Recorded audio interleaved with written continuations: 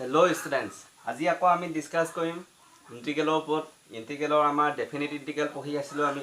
Definite ইন্টিগ্ৰেলৰ আমাৰ exercise 7.9 important যিকেইটা question আছিলে সেই কুৱেশ্যনকেইটা অলৰেডি কমপ্লিট কৰিছোঁ।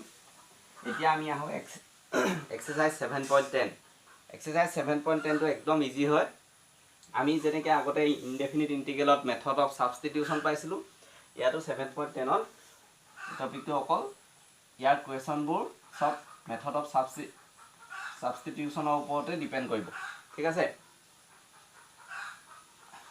জাষ্ট ছাবষ্টিটিউট মেথড ইউজ কৰি পিনে তাৰ ইনডেফিনিট ইন্টিগ্ৰেলটো উলিয়াই তাত আপাৰ লিমিট আৰু লোৱাৰ লিমিটটো পুট কৰি দিলে আমাৰ একচুৱেল যিটো ৰিজাল্ট হ'ব সেই একচুৱেল ৰিজাল্টটো আমি পাই যাম। ঠিক আছে, এতিয়া তেনেকুৱা এটা ইম্পৰ্টেণ্ট কুৱেশ্যন আছে। ছেকেণ্ড কুৱেশ্যনটো ইণ্টিগ্ৰেশ্যন 0 to এনচিআৰটি বুকৰ দেই, 0 to π/2 √/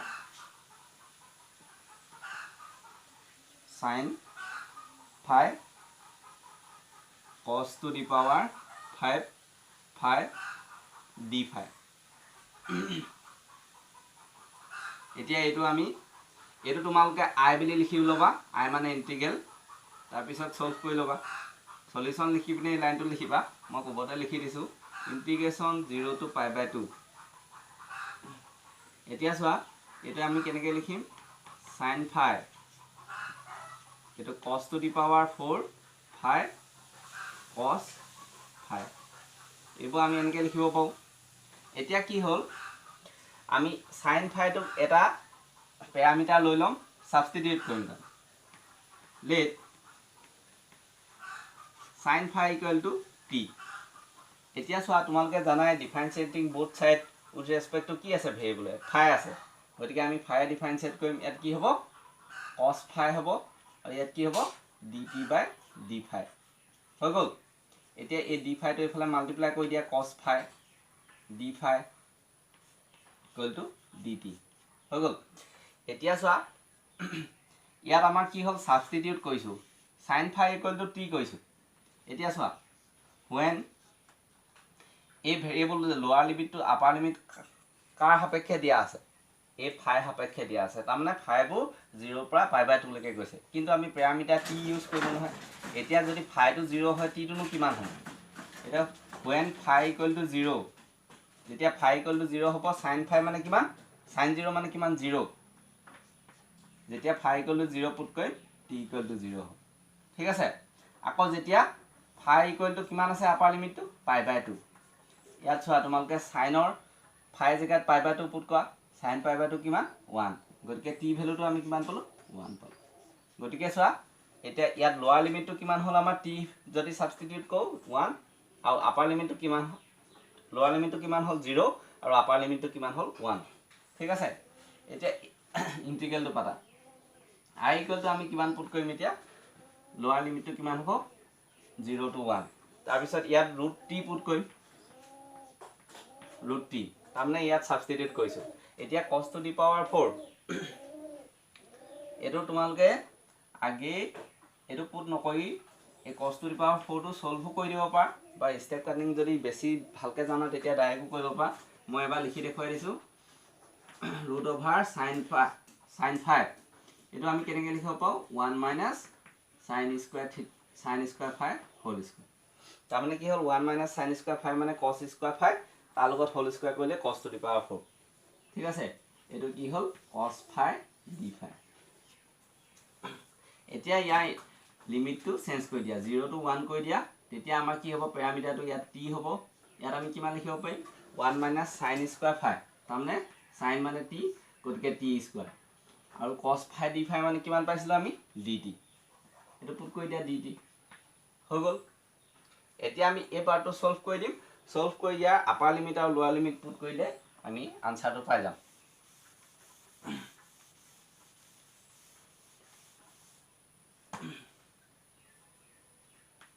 এইটো 0 to 1, এইটো সলভ কৰিব তোমালোকে পাৰিবাই চবে। এইটো t to the power ½ এইটো 1 - 2t² + t to the power 4 dt হৈ গ'ল। এতিয়া চোৱা, 0 to 1 t to the power ½ dt, 2 integration 0 to 1 t to the power এইটো কিমান হ'ব 2 plus half কিমান হ'ব 5/2 ঠিক আছে আৰু ইয়াত কি হ'ব integration 0 to 1 t to the power 4 plus এইটো 4 plus half কিমান হ'ব 9/2 হ'ব 9/2 হ'ব না এইটো কৈ চাবা 4 plus half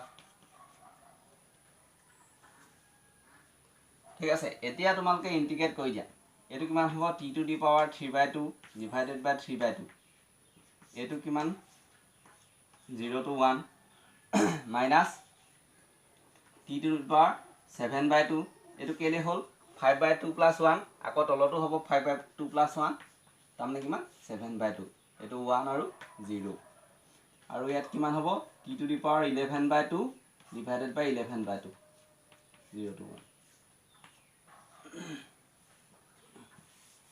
এতিয়া যিবোৰ কনস্ট্যান্ট আছে আগলৈ লৈ আহা 2/3 হ'ল ইয়াত যদি 1 পুট কৰা 1 এ হ'ব 1 minus 0 ইয়াতো তেনেকৈ হ'ব 2 into 7 2/7 হ'ব এইটো 1 minus 0 তাৰ 2/11 1 minus 0 হৈ গ'ল এতিয়া চোৱা 2/3 minus 4/7 ঠিকে আছে নহয় প্লাছ 2/11 এই গোটেইকেইটা সলভ কৰি দিবা এলচিএম ল'বা এলচিএম ল'লে মই ডাইৰেক্ট আনসাৰটো পাতি দিছোঁ ওপৰত নিউমাৰেটৰটো হ'ব 64 তলত ডিনমিনেটৰ হ'ব 231 এইটোতো তোমালোকে 8 ক্লাছ 7-8 ষ্টুডেণ্টে জানে কেনেকৈ এলচিএম লৈ সলভ কৰিব লাগে গতিকে আমি ডেফিনিট ইন্টিগ্ৰেলৰ আনসাৰটো পাম এইটো ঠিক আছে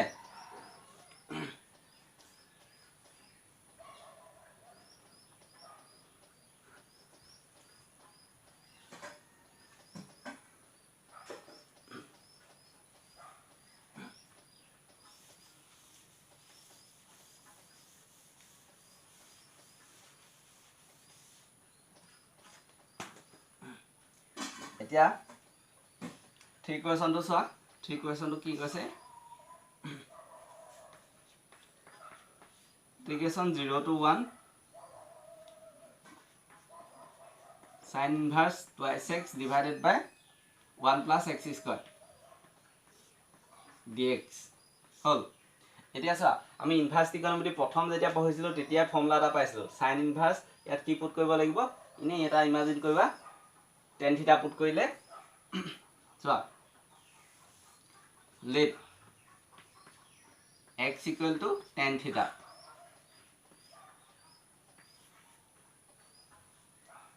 at dx equal to কিমান হ'ব ইন্টিগ্ৰেশ্যন ডিফাৰেন্সিয়েটিং both side with respect to কিমান থিটা গতিকে dx equal to কিমান হ'ব sec square theta d theta হৈ গ'ল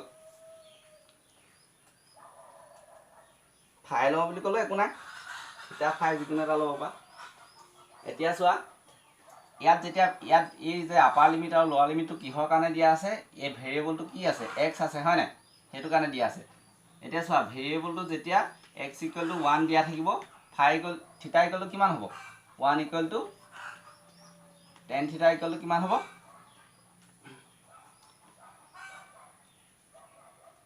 এটো আপাৰ লিমিটটো কথা কৈছো দেই থিটা ইকুৱেল টু tan theta কেতিয়া 1 হয় π/4 হয় হয় না নহয় তাৰমানে 45 ডিগ্ৰী আকৌ যদি x equal to 0 হয় এটো 0 tan theta গতিকে এটো থিটা ভ্যালুটো কিমান হ'ব 0 হ'ব হৈ গ'ল এতিয়া এই ভ্যালুবোৰ ইয়াত পুট কৰিম i equal to এটো 0 to এতিয়া আমি কি কৰিম লিমিটটো চেঞ্জ কৰিম তাৰমানে আপাৰ লিমিটটো কি হ'ব π/4 আৰু লোৱাৰ লিমিটটো কি হ'ব 0 হ'ব ইয়াত এতিয়া সাইনৰ জায়গাত কি পুট কৰিম sin inverse 2 tan theta divided by 1 plus tan square theta ইয়াত dx ৰ জায়গাত আমি কি পাইছিলো sec square theta d theta হৈ গ'ল এতিয়া চোৱা ইয়াত 2 tan theta divided by 1 plus tan square theta এটা ফৰ্মুলা আছিল কি আছিল এটো তোমালোকে সবই মনত আছে সাগে sin inverse এটো sin twice theta এটো ভালকে মনত ৰাখিবা sin twice theta মানে 2 tan theta divided by 1 plus tan square theta আৰু লগত কি আহিলে sec square theta d theta হৈ গ'ল এতিয়া এই sin আৰু sin inverse তো যাব আমাক কি থাকিবগে 2 tan theta থাকিব 2 theta থাকিব 2 তো আগত লিখি দিছো মই 0 to pi by 4 sec square theta d theta এতিয়া চোৱা ইয়াত আমাৰ দুটা ফাংচন আছে এটা হল থিটা টো আৰু এটা হল sec square theta গতিকে আমি দুটা ফাংচন থাকিলে কোনটো মেথড ইউজ কৰো মেথড অফ বাই পাৰ্টস ঠিক আছে এটা বাই পাৰ্টস মেথডটো ইউজ কৰিম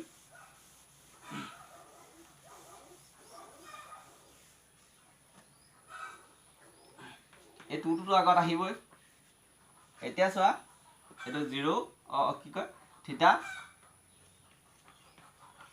first function second function integration তারপর আহিলে d থিটা বাই d থিটা হল ইন্টিগ্রেশন sec স্কয়ার থিটা d থিটা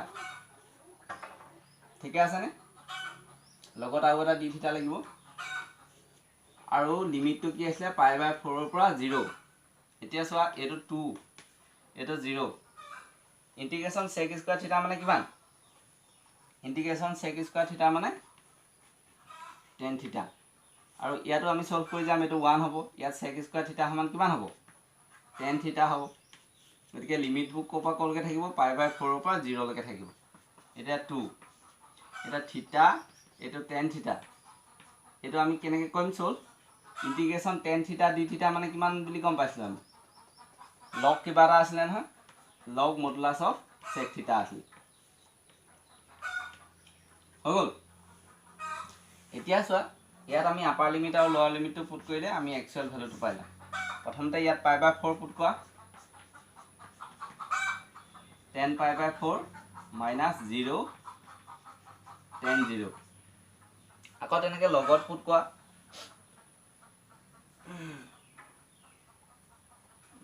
নহয় এটো গুটেটো ভ্যালুটো পুট কৰিব লাগিব নহয় log sec pi by 4 ঠিক আছে আকৌ মাইনাস দিয়া লোৱাৰ লিমিটটো পুট কৰা 0 tan 0 log sec 0 হল